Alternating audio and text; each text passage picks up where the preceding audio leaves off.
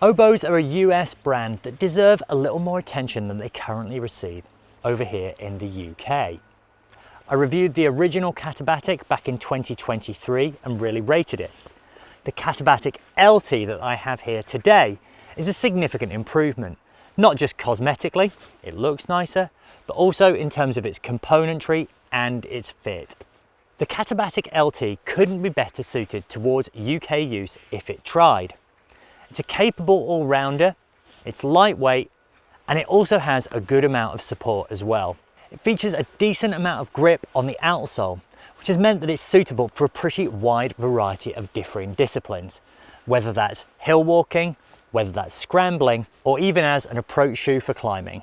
Whilst Oboz described the Katabatic LT as being super light, we'd argue it's probably just light. And that's not a bad thing. In fact, what we've liked most about it is the fact that it does have this high degree of structure and support, which means you can comfortably wear it all day, every day, multi-day if you need to.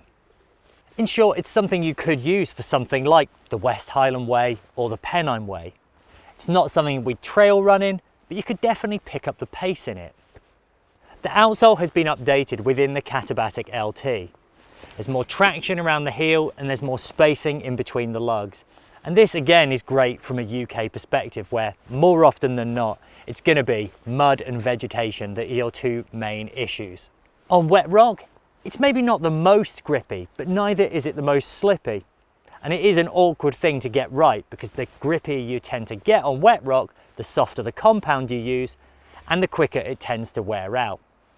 So the sole on this has a good degree in between that grip and that durability. When it comes to fit, the advice I gave myself last time was to go up half a size from your standard high street shoe size, as they fit a little bit small. And I'd say it's the same within the Katabatic LT. When it comes to width, they sit somewhere in the middle, and in the forefoot, the volume's potentially a little bit on the low side, but not extremely so. The heel is probably at the wider end of the spectrum, but I've not had any personal issues with lift. One of the other developments with the Katabatic LT that we have here is the Gore-Tex Lining. Now previously Oboz used their own B-Dry technology, which we were pretty impressed by.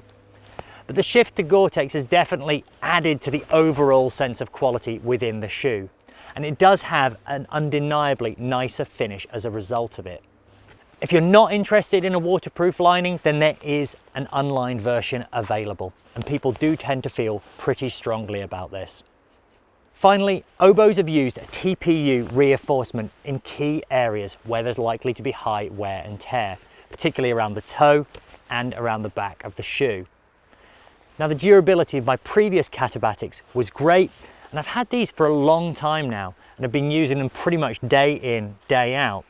And they're still looking really good, if not a little bit browner than they once were. As you can probably tell, I've really rated the Katabatic LT. I've really liked its predecessor, and I think they've just made a few subtle changes to make it significantly better within the updated model.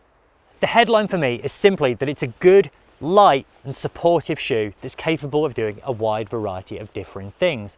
So whether you are hill walking, scrambling, or using it for general day-to-day use or approach for routes, the Katabatic LT is capable of doing all of them really effectively.